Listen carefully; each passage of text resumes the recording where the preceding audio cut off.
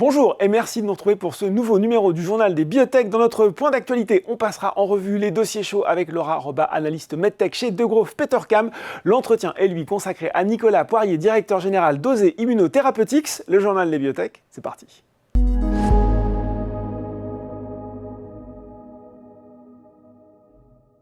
Et j'ai le plaisir de retrouver pour ce point d'actualité Laura Roba, analyste medtech chez Degroof Petercam. Bonjour Laura. Bonjour Laurent. Bon, pas mal de choses à passer en revue ensemble. L'été a été riche. On va commencer par une valeur qu'on suit régulièrement, dont on parle avec vous, c'est Onward Medical, avec pas mal de nouvelles en cette rentrée. On a eu les chiffres du premier semestre et on a aussi eu l'obtention du marquage CE pour ArcX. Comment vous surveillez ces développements actuels pour Onward, Laura ? Effectivement, donc le marquage CE, c'était la semaine dernière. Oui. Ça concerne leur dispositif externe, du coup, qui vise à restaurer la mobilité des bras et des mains chez les patients qui sont atteints d'une lésion au niveau de la moelle épinière. Et en fait, ce qui est important, c'est que ce marquage CE, il concerne à la fois l'utilisation en clinique et à la maison, là où aux États-Unis, ils ont obtenu l'approbation uniquement pour l'utilisation en clinique et pas encore pour l'utilisation à la maison. C'est d'ailleurs attendu d'ici la fin de cette année. Et en ce qui concerne la commercialisation, ils ont lancé du coup aux États-Unis en janvier et au premier semestre, ils ont déjà vendu 30 dispositifs, Oui. Ce qui est en ligne avec l'objectif qui avait été fixé par le management. Donc, on peut dire que c'est un bon début. Qu'on comprenne bien, Laura, c'est quoi l'enjeu entre l'autorisation pour en clinique et à la maison, en fait ? Mais l'opportunité à la maison, elle est bien plus grande qu'en clinique. Si on prend le nombre de patients qui pourraient utiliser ce dispositif, il faut savoir aussi que aux États-Unis, l'opportunité de marché est beaucoup plus grande, puisqu'en Europe, on se heurte à nouveau au problème de remboursement qui est beaucoup plus compliqué qu'aux États-Unis. Donc, effectivement, c'est très important d'avoir cette approbation pour l'utilisation à la maison. Donc ça pourrait être si ça se passe aux États-Unis, ça pourrait être un des prochains catalyseurs pour le titre. Il y en a d'autres éventuellement ?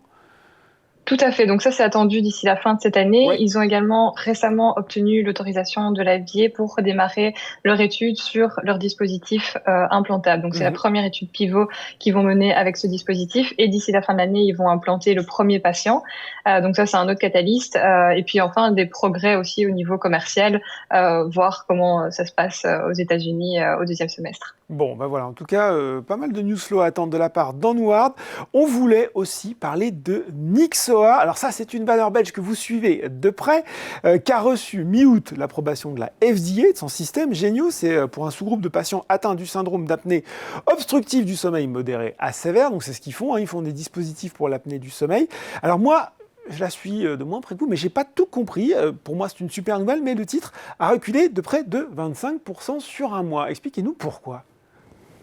Effectivement, c'était un peu surprenant, d'autant plus qu'en fait, on était sur le meilleur scénario possible, puisque cette approbation, en fait, dans les instructions d'utilisation, elle reprenait le fait que le dispositif, il est efficace chez des patients qui dorment sur le dos, ce qui n'a pas été prouvé par les concurrents, à savoir que la sévérité de l'apnée du sommeil, elle est jusqu'à 2 fois supérieure lorsque le patient dort sur le dos. Et deuxième élément, c'est que ces instructions, elles n'incluaient pas le fait que le dispositif est contre-indiqué chez des patients dits CCC. C'est un sous-groupe qui représente à peu près 30% de la population des patients qui souffrent d'apnée du sommeil, là où le dispositif d'Inspire Medical est contre-indiqué chez ces patients. Donc on était vraiment sur le meilleur scénario possible. Alors, il y a 3 éléments pour moi. Le premier, c'est la position de trésorerie, puisqu'ils ont une visibilité financière jusqu'au début 2026. Deuxième élément, c'est qu'ils ont possiblement été pris dans la tourmente d'Inspire Medical, qui a chuté de près de 40% après la publication de ses résultats du premier semestre. Là, il y avait 2 éléments. Le premier, c'est que le lancement de leur nouveau dispositif, l'Inspire 5, ne se passe pas comme prévu. Et donc, en fait, ça met en lumière le fait que le lancement d'un dispositif médical, c'est beaucoup plus compliqué que le lancement d'un médicament. Un médicament, il suffit de l'administrer à un patient. Un dispositif médical, il faut former les chirurgiens. Et deuxième élément, c'est que durant le meeting avec les analystes, le CEO d'Inspire Medical a mentionné un impact non quantifiable pour l'instant des GLP-1. Et donc ça a également affolé le marché. Là où Nyxoah est clair sur le fait que pour eux, cet impact, il va être positif, puisqu'il y a plus de patients qui vont être éligibles à leur thérapie. Oui. Donc ça, c'était le deuxième élément. Et le troisième élément, c'est que Inspire Medical a porté plainte contre Nyxoah pour violation de brevet. Bon, on comprend mieux. Peut-être sur le dernier aspect, la violation de brevet, est-ce que c'est une menace grave pour la commercialisation du dispositif de Nyxoah, selon vous? C'est plutôt courant aux États-Unis de voir des grosses sociétés vouloir bloquer les nouveaux entrants, et le management de Nyxoah a indiqué qu'ils avaient un portefeuille de brevets qui est très solide, qu'ils étaient très confiants en leur capacité à se défendre contre Inspire. Et d'ailleurs, mardi matin, ils ont annoncé eux aussi avoir déposé une plainte contre Inspire Medical pour violation de brevets. Donc voilà. Bon, on va suivre ça aussi. Question quand même, vous l'avez dit, l'approbation, elle se fait en tout cas dans les meilleures conditions. On a l'impression que ce dispositif, il est innovant. Vous avez mentionné la position de cash qui était peut-être assez courte, assez limitée. Est-ce qu'un acteur comme ça ne pourrait pas intéresser une plus grosse medtech qui serait ravie d'intégrer ce dispositif dans son portefeuille? Et c'est vrai que c'est un scénario qu'on voit assez souvent dans le secteur. On voit qu'au capital de Nyxoah, il y a par exemple ResMed qui est leader sur le traitement de première ligne, les masques contre l'apnée du sommeil. Ils ont 5%. Il y a Cochlear également. Là, la synergie, elle se fait au niveau des physiciens qui sont visés, puisqu'ils visent également les chirurgiens des gorges-oreilles. Après, il y a un Philips et puis d'autres medtech. C'est vrai que c'est un scénario qu'on voit dans le secteur, oui. Bon, voilà, en tout cas, on va suivre avec attention ce qui se passe pour Nyxoah. Il faut aussi forcément qu'on parle de Valneva. Ça a été un peu le feuilleton de l'été, il faut dire, à base de... la star, si je puis dire, malheureuse quelque part de ce feuilleton, c'est le vaccin contre le chikungunya qui a été autorisé, puis arrêté, puis réautorisé, puis réarrêté. Est-ce que vous pouvez nous faire un petit résumé des épisodes précédents, comme on dit ? Tout à fait. Donc, ce qui s'est passé, c'est qu'en mai, les autorités européennes, suivies des autorités américaines, ont ordonné la suspension du vaccin chez les personnes de plus de 65 ans après des effets indésirables graves. Ensuite, suite à une revue complète du vaccin, l'Europe, début juillet, suivie par les États-Unis, début août, ont réautorisé le vaccin. Fin août, la FDA a à nouveau suspendu l'utilisation et la commercialisation du vaccin aux États-Unis suite à 4 nouveaux cas d'effets indésirables graves qui ont été rapportés chez des patients qui ne sont pas aux États-Unis. Il y a 3 patients qui avaient entre 70 et 82 ans. La personne de 82 ans, elle est sortie de l'hôpital après 2 jours. Un patient de 55 ans. Et selon la société, ces nouveaux cas, ils ne présentent pas des symptômes qui sont totalement inconnus. C'est des symptômes qui sont comparables à ceux qui ont été observés précédemment lors des essais cliniques, mais aussi après que le vaccin ait été mis sur le marché, et en particulier chez des patients qui sont plus âgés, pour lesquels il y a déjà en fait des mises en garde et des mesures de précaution à tenir. Donc aujourd'hui, le vaccin, il est suspendu, arrêté aux États-Unis. À votre avis, quel est... alors c'est compliqué de faire une probabilité, mais quel est son avenir, a priori, dans les prochains mois ? C'est vrai que pour l'instant c'est compliqué. La société, elle a annoncé que il n'y avait pas d'impact sur sa guidance pour l'année 2025. Elle évalue évidemment l'impact à long terme si cette suspension devenait définitive. Il faut savoir qu'au premier semestre de cette année, le vaccin chikungunya représentait à peu près 8% de leurs ventes, sachant qu'une grosse partie était liée à une vente non récurrente suite à l'épidémie à La Réunion. Voilà. Après, je pense aussi que l'arrivée de M. Kennedy à la tête de la FDA n'est pas étrangère à cette décision. Bon, on suivra aussi l'évolution et savoir si ce vaccin sera réautorisé. Mais on se dit, est-ce qu'il y a une autre, pour le coup, il y a une vraie bonne nouvelle sur Valneva, c'est de nouveaux résultats encourageants pour le vaccin anti-Lyme, cette maladie transmise par les tiques. Et on se dit, on le voit progresser petit à petit. Et si c'était ça, le vrai catalyseur de hausse pour Valneva ? C'est vrai que, donc, pour rappel, ce vaccin, il est développé en collaboration avec Pfizer. Il y a une phase 3 qui est en cours. Les vaccinations, elles ont été terminées. Et maintenant, les participants, ils sont suivis jusqu'à la fin de la saison de Lyme, ce qui est à peu près fin octobre. Et ensuite, les données, elles seront publiées dès que tous les cas de la maladie de Lyme auront été confirmés. Donc, potentiellement fin d'année dans le courant de l'année prochaine. Et Pfizer vise une soumission auprès des autorités en 2026. Et alors, si ce vaccin est approuvé, c'est effectivement le premier vaccin contre la maladie de Lyme. La maladie de Lyme, on parle de 500 000 personnes touchées chaque année aux États-Unis, environ 130 000 en Europe. Donc, il y a une grosse opportunité de marché. Surtout, ce qui est intéressant, c'est que ici, c'est donc Pfizer qui va commercialiser le vaccin avec la force de frappe qu'on lui connaît. Voilà. Et, exactement. Et Valneva, ils vont recevoir premièrement un paiement d'étape de 143 millions une fois que le vaccin aura été approuvé, et ensuite des redevances sur les ventes entre 14 et 22%. Bon, ben voilà, intéressant développement là aussi, ce vaccin contre la maladie de Lyme, et puis une solution aussi pour voilà, les nombreux patients qui sont affectés par cette maladie plus fréquente qu'on ne le croit. Peut-être un petit mot rapide pour finir sur Argenix, parce que quand j'ai regardé sur Boursorama, bien sûr, qu'est-ce que j'ai? Un cours qui a augmenté de plus de 30% sur les 3 derniers mois, à l'occasion de faire le point sur la valeur. Oui, tout à fait. Je pense que la capitalisation boursière aujourd'hui, elle reflète avant tout le fait que leur médicament phare, donc le VYVGARD, il a un potentiel commercial pour une série d'indications. On appelle souvent ça un pipeline dans un produit. Deuxième élément, c'est que aujourd'hui, les indications les plus pertinentes pour le VYVGARD, c'est la myasthénie grave et la CIDP. Et si on regarde les chiffres de vente pour ces 2 indications, on voit une croissance trimestrielle constante depuis le lancement. Donc ça, forcément, c'est salué par le marché. Cette année, il n'y a pas de gros résultats cliniques qui sont attendus. Cependant, récemment, ils ont publié des résultats positifs pour une phase 3, toujours dans la myasthénie grave. Donc ça a également rassuré le marché.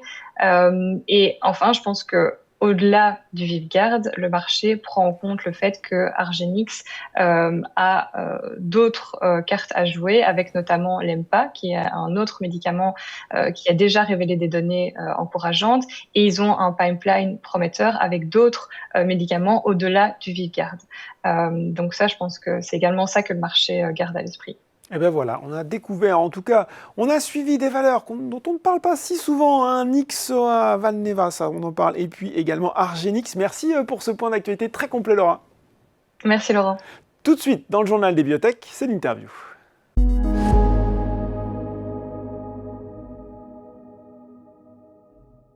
Et je reçois pour l'entretien Nicolas Poirier, directeur général d'Ose Immunotherapeutics. Bonjour Nicolas. Bonjour Laurent. Bon, on a vraiment plein de choses à se dire aujourd'hui, parce qu'il se passe beaucoup de choses dans l'actualité d'Ose Immunotherapeutics, mais j'avais envie qu'on commence peut-être par l'essentiel. Tiens, le métier d'Ose, qui est quand même de faire des actifs, de faire des médicaments, et peut-être un point rapide sur les développements en cours au moment où on se parle. Du côté développement, tout se passe bien. Oui. Effectivement, sur notre produit phare, le premier produit le plus avancé, Tedopi, qui est notre vaccin contre le cancer du poumon principalement et d'autres indications. On a lancé la phase 3 l'année dernière, ça recrute à fond. On fera le point cette semaine pour la première fois sur où on en est en termes de recrutement. Oui. Donc ça se passe bien en tout cas, le recrutement. Ça se passe très bien, on est sur les meilleures projections qu'on avait estimées avec la CRO. Oui. Donc on est toujours en ligne pour envisager fin du recrutement l'année prochaine, fin 2026. Les readouts, résultats cliniques, à horizon fin 2027. Et entre-temps, on a 2 études de phase 2 de combinaison.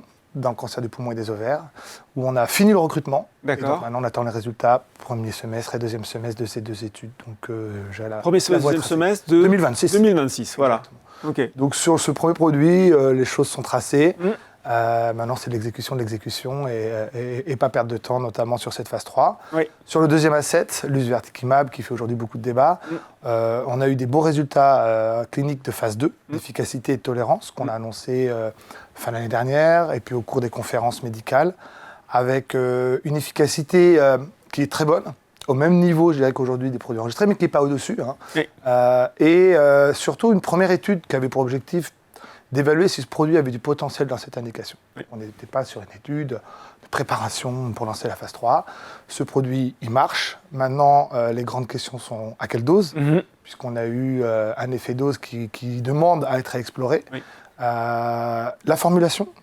Aujourd'hui, on était sur une formulation intraveineuse, ce qui permet d'aller plus vite pour évaluer l'efficacité et la tolérance. Ce n'est pas une formulation qui est commercialement viable aujourd'hui. Le monde a changé. Aujourd'hui, tous les produits dans ces maladies inflammatoires chroniques et dans les Mickey, oui. s'administre principalement par voie orale. Ou voie sous-cutanée. Oui. L'intraveineux, aujourd'hui... C'est plus simple, voilà. Exactement, on a besoin de communiquer pour les patients. Ils ont plusieurs possibilités thérapeutiques. Donc, c'est vraiment les enjeux aujourd'hui sur lesquels on travaille. On aura l'occasion d'y revenir, sur bien définir la dose pour que ce produit puisse aller en phase 3, en monothérapie ou en combinaison, préparer la formulation sous-cutanée, qui est la seule formulation commercialement viable pour ce produit. Et puis, on a eu la chance, en même temps que nos résultats de combinaison préclinique, d'identifier avec des nouvelles approches modernes d'IA, d'intelligence artificielle, un biomarqueur qui permettrait, si on le confirme, donc là aussi, il faut aller le confirmer, d'ouvrir pour la première fois quelque chose qui est recherché depuis, je dirais, presque une décennie maintenant dans l'IBD, dans les maladies inflammatoires du tube digestif, qui est la médecine de précision. Aujourd'hui, on a 4-5 classes thérapeutiques d'enregistrées. Elles plafonnent toutes à 25-30% de rémission clinique. C'est le standard. Et les nouvelles molécules qui viennent de sortir avec des très bons résultats de phase 3 sont dans ce range-là, 25-30%. L'enjeu, c'est comment on dépasse cette efficacité. Et il y a 2 approches. C'est là où le marché est en train d'évoluer. La combinaison. Et donc, on a publié des premiers résultats de combinaison très prometteurs en préclinique. Et le deuxième, c'est les biomarqueurs qui permettent d'identifier les patients qui répondent au traitement.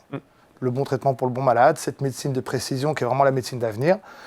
On a aujourd'hui identifié un très beau biomarqueur. Il y a un potentiel énorme, puisqu'on parle de plus de 50% de rémission clinique. Donc ça veut dire que pour un sous-groupe de patients, à peu près un tiers, on peut avoir des résultats bien meilleurs. On peut, en monothérapie, et pas en combinaison, avoir le double de l'efficacité des traitements aujourd'hui. Mais ça demande effectivement une validation dans une étude qui permettra de propulser le produit vers l'enregistrement. Bon, peut-être rappel rapide de la concurrence dans cette indication, éventuellement. Bon, on est donc dans la rectocolite hémorragique. Il y a aujourd'hui 4 grandes classes de médicaments enregistrés, certains qui sont un peu plus vieux, les anti-TNF, on a les anti-intégrines, les molécules qui inhibent les voies JAK. Donc les anti-TNF et les JAK aujourd'hui ont pas mal de problèmes de safety, mais c'est des molécules qui sont beaucoup administrées, qui marchent bien. Et puis on a une classe aujourd'hui qui prend beaucoup de place, qui est les anti-IL-23. Donc ça, c'est les 4 classes thérapeutiques qui sont enregistrées, avec à chaque fois plusieurs produits, plusieurs industriels. Et puis on a des nouvelles molécules qui vont arriver probablement, mais on attend encore les confirmations des résultats de phase 3 ou de maintenance, les anti-TL1A et la dernière molécule d'Abivax sur les mRNA. Et pour vous, justement, il reste malgré tout de la place pour un nouvel actif, un nouveau traitement sur cette indication? Complètement. C'est-à-dire qu'aujourd'hui, c'est un énorme marché, ça représente plus de 10 milliards, juste la rectocolite, et on n'intègre pas la maladie de Crohn. Aujourd'hui, comme je vous expliquais, tous ces produits, y compris les très récents résultats cliniques, il y a ce seuil d'efficacité. Tout le monde plafonne à 25-30%. L'enjeu, c'est trouver les bons malades, de biomarqueurs, et donc là, il y a une voie royale. Et, comme j'expliquais, les combinaisons. Et donc là, les combinaisons, les industriels ont commencé. On a eu l'année dernière des premiers résultats de combinaison de J&J, Johnson & Johnson, en combinant TNF et L23. On voit des résultats qui pourraient tourner autour de 40%. Ce n'est pas non plus 80%. Déjà un petit peu mieux. C'est une augmentation. Et donc aujourd'hui, tous les industriels sont en train de chercher des produits qui peuvent se co-formuler. Donc c'est là où la sous-cutanée de 2 produits est importante pour la coformulation. On ne va pas traiter le patient avec une sous-cut et une IV. Coformulation, c'est essentiel. Des mécanismes d'action qui sont différents et complémentaires, puisqu'on le voit, si on combine des mécanismes d'action qui sont tous en aval, TNF, IL-23, peut-être la mRNA, on va avoir du mal à avoir une complémentarité de mécanismes d'action, et ce n'est pas ça qui va permettre de vraiment augmenter significativement l'efficacité. Nous, notre produit, il cible la voie d'IL-7 qui est très, très, très en amont, au tout début de la cascade inflammatoire. Et c'est ce qui fait que ce produit a un beau potentiel de combinaison, puisqu'on viendrait cibler à la fois en amont et en aval cette réaction. Et puis, quand on combine, il faut des produits qui soient bien tolérés. Parce que si vous combinez les effets pour augmenter de l'un plus de l'autre, oui, ça peut être problématique. Voilà, on ne veut pas avoir d'effet cocktail, et donc il faut des produits bien tolérés avec des mécanismes d'action différentiels. Et c'est là où le produit, aujourd'hui, suscite beaucoup d'intérêt, puisqu'il est très, très bien positionné sur tous ces axes. Bon, c'est important de faire ce préambule parce qu'on va forcément aussi parler de ce qui se passe en ce moment dans la situation dosée immunothérapeutique. Et cet actif, il est un petit peu aussi au cœur des débats. Donc c'était important de voir un petit peu quelle était votre vision sur cet actif. Il y a au sein dosée immunothérapeutique en ce moment un conflit entre vous et les actionnaires fondateurs du groupe. Ça date maintenant depuis plusieurs mois. Est-ce que vous pouvez résumer simplement aujourd'hui quels sont les principaux motifs de désaccord, le différend qui vous oppose? Alors c'est un différend avec certains fondateurs, c'est pas tous les fondateurs de la société, je tiens à le rappeler. Le différent, il n'est pas... Beaucoup le mettent sur l'angle stratégique. Je dirais que stratégiquement, ce produit, lusvertikimab, a des résultats dans une première étude de phase 2, comme on l'a dit, et tout le monde cherche idéalement le partenaire idéal qui va amener le produit à l'enregistrement et à la commercialisation. Puisque ça, c'est vraiment le métier des grands industriels et ce n'est pas du tout la force d'une biotech comme la nôtre, ou je dirais même de la plupart des biotech. On y travaille, on a notre savoir-faire, je pense qu'on a pu déjà le démontrer, on y travaille. Maintenant, on entend aussi ce que nous disent tous les industriels, la dose, la sous-cutanée, le biomarqueur, tous ces éléments-là, où toutes ces questions restent encore à valider pour pouvoir propulser le produit vers les études d'enregistrement. Donc on a une stratégie de notre côté qui a toujours été la même au sein d'Osé, depuis sa création, qui est d'avancer nos assets ou nos produits jusqu'à un certain point d'inflexion, d'essayer de trouver le meilleur partenariat au meilleur moment, mais pas de s'arrêter en chemin, parce que quand on s'arrête, la valeur décroît, puisqu'on perd la valeur des assets, la force de conviction décroît. Si je venais aujourd'hui vous dire ou dire à nos actionnaires, on s'arrête là, on ne veut pas prendre plus de risques, on ne veut pas continuer, on perd toute la force de conviction. Donc notre stratégie a toujours été de trouver le meilleur partenaire au bon moment. C'est ce à quoi on travaille, mais notre responsabilité, c'est aussi d'envisager la suite et de ne pas laisser les choses dormir et de surtout s'assurer que la société est en capacité d'exécuter sa stratégie dans les années à venir. Et donc on a le plan A, un plan B, qui est, si on n'a pas le bon partenaire maintenant, qu'on a bien identifié ce que les partenaires veulent demain, alors il faut trouver les moyens de financer la suite. C'est cette fameuse étude de phase 2B dont on a parlé, qui n'est pas des milliers de patients, on parle de quelques centaines, on pourra y revenir, et de trouver les moyens de financer avec tous les outils comme on l'a toujours fait par le passé, pour atteindre le point d'inflexion suivant.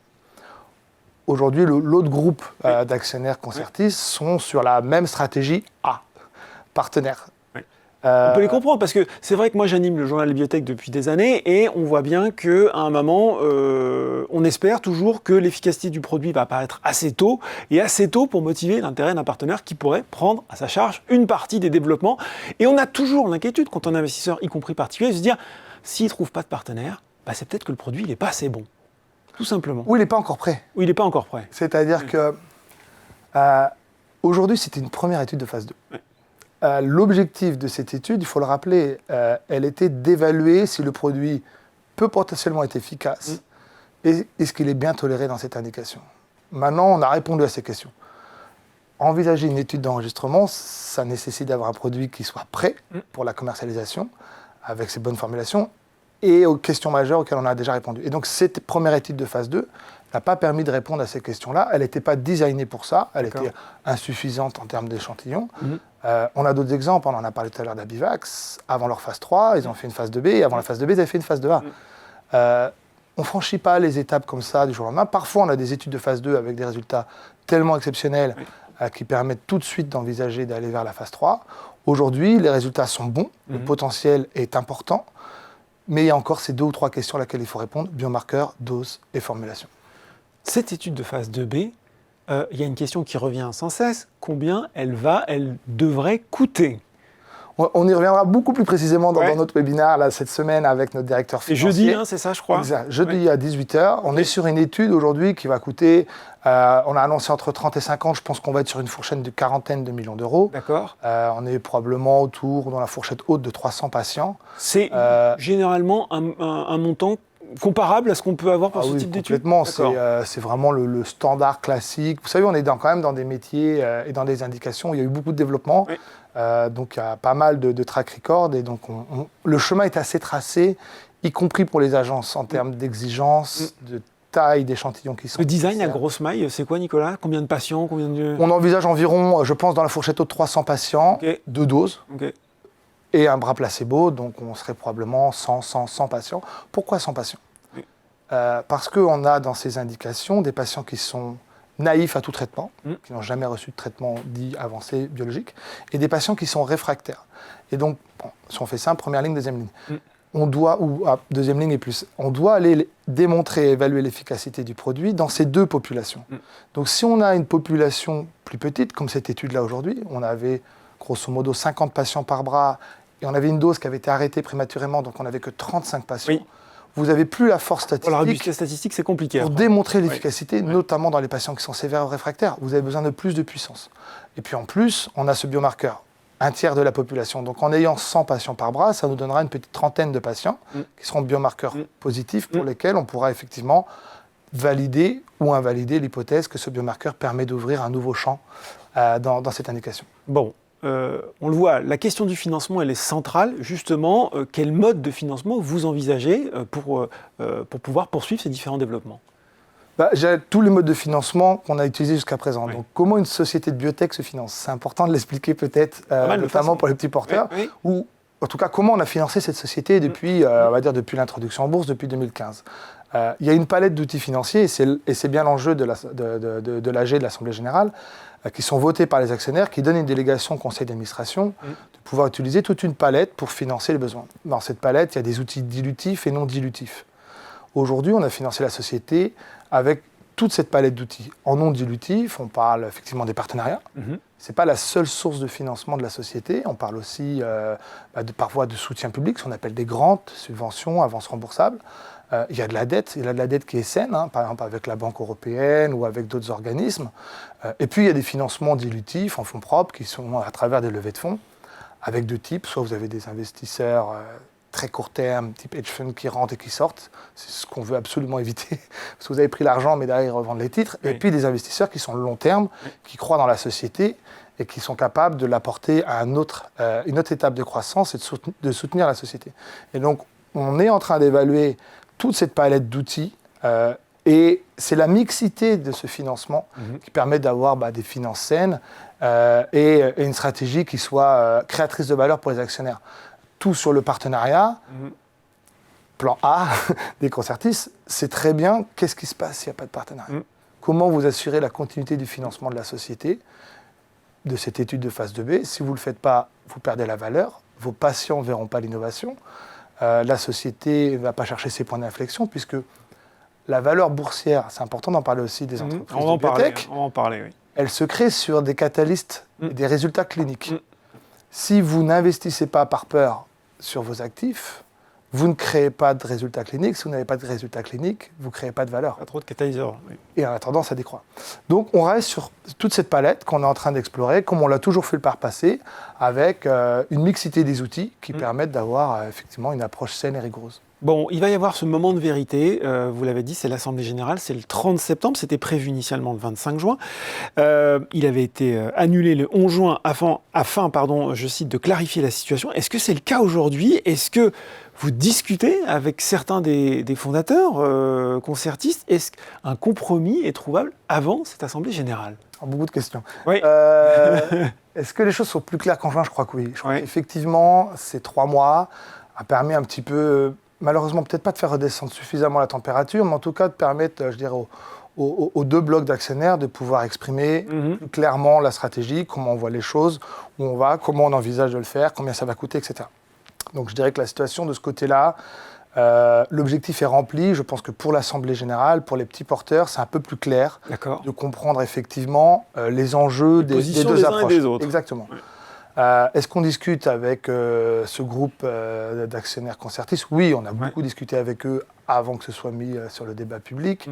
On a continué à discuter avec eux ensuite. On a discuté en direct au conseil, moi-même personnellement, à travers les conseils juridiques. On a été jusqu'à faire des propositions publiques très claires fin août. De leur Vous pouvez les rappeler brièvement, oui.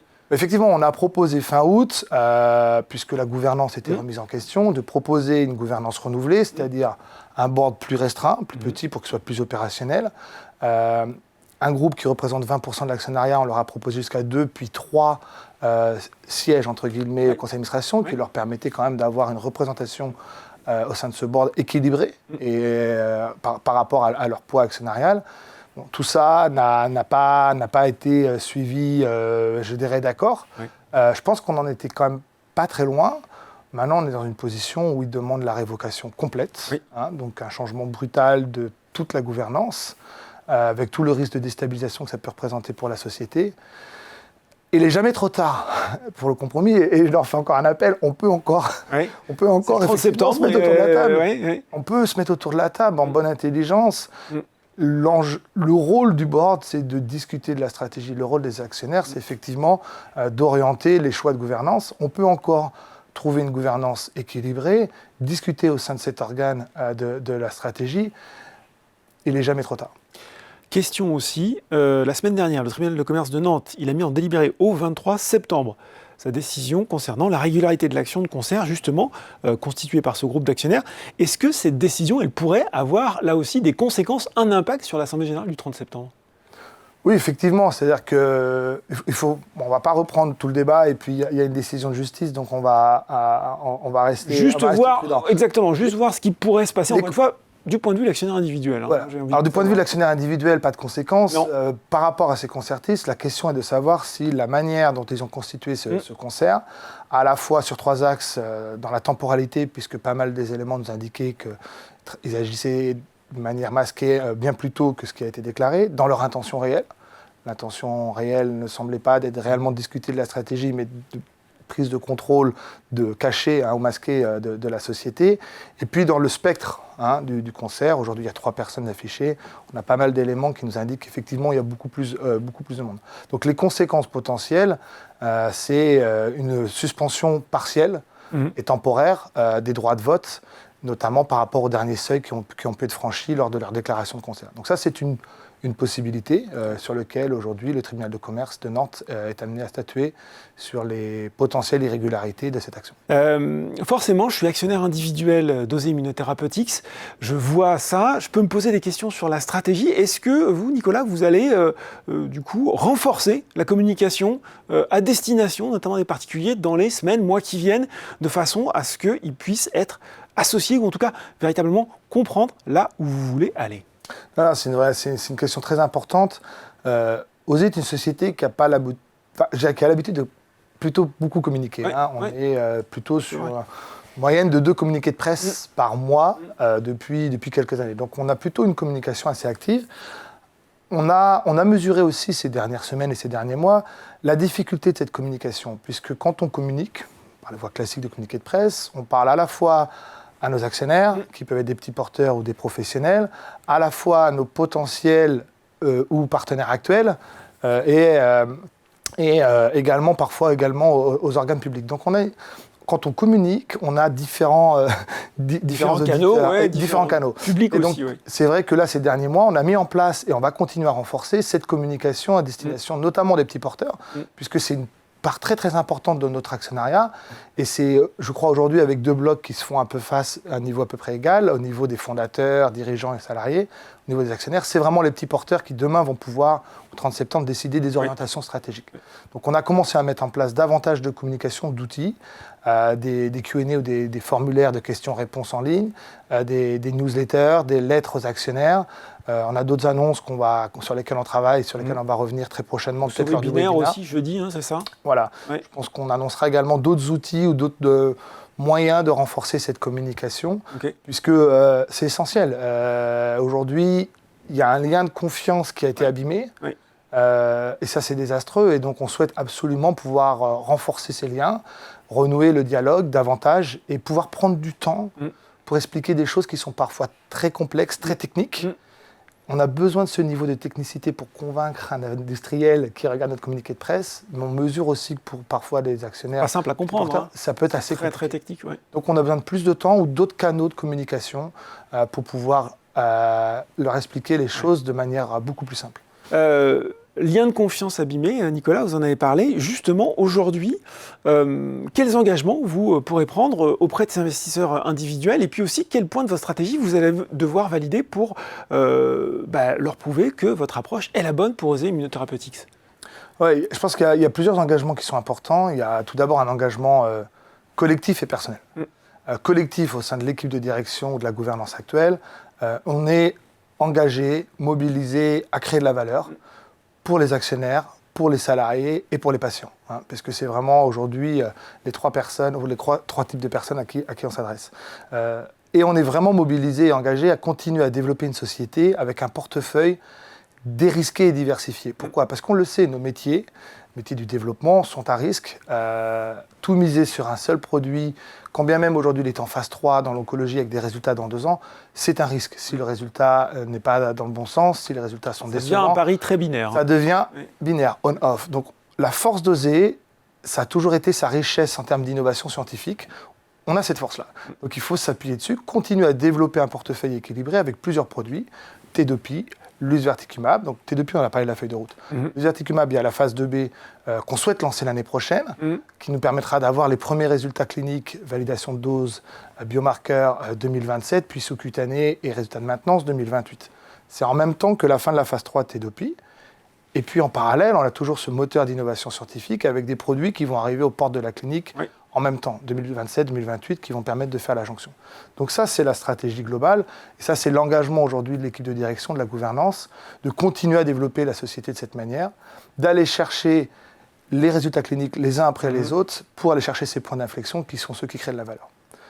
Maintenant, à titre personnel, moi, effectivement, je m'engage, et je l'ai toujours dit, je m'engage à ne pas lancer d'études cliniques importantes, une phase 2B, si on n'a pas le financement. On a une responsabilité vis-à-vis des actionnaires, et on a une responsabilité vis-à-vis des patients. Il ne s'agit pas de se lancer dans une étude clinique où on a un tout petit bout de financement. Il faut qu'on soit capable, effectivement, d'aller... Et puis une étude qui soit suffisamment robuste pour qu'elle prouve quelque chose si, effectivement, les résultats sont au rendez-vous. Effectivement, il faut des études qui soient aujourd'hui designées pour pouvoir répondre aux bonnes questions, en conformité avec les demandes des industriels et des agences, qui permettent ensuite de propulser le produit vers la phase 3. Donc ça, c'est un engagement personnel important, de continuer effectivement à renforcer ce lien de confiance et de communication avec l'ensemble de notre base actionnariale. Donc, on a parlé des petits porteurs, on a parlé des fonds institutionnels, nos partenaires, mais également avec nos fondateurs. Quand bien même aujourd'hui on est sur un désaccord, il n'y a pas de clivage irréversible. Il faut qu'on continue à dialoguer, il faut qu'on continue à trouver le moyen d'avancer ensemble dans l'intérêt collectif de tout le monde. Et bien voilà, point très complet sur la situation d'Osé Immunotherapeutics par son directeur général Nicolas Poirier. Merci beaucoup Nicolas. Merci Laurent. Le journal des biotech, c'est fini pour aujourd'hui, mais on se retrouve très bientôt pour un nouveau numéro.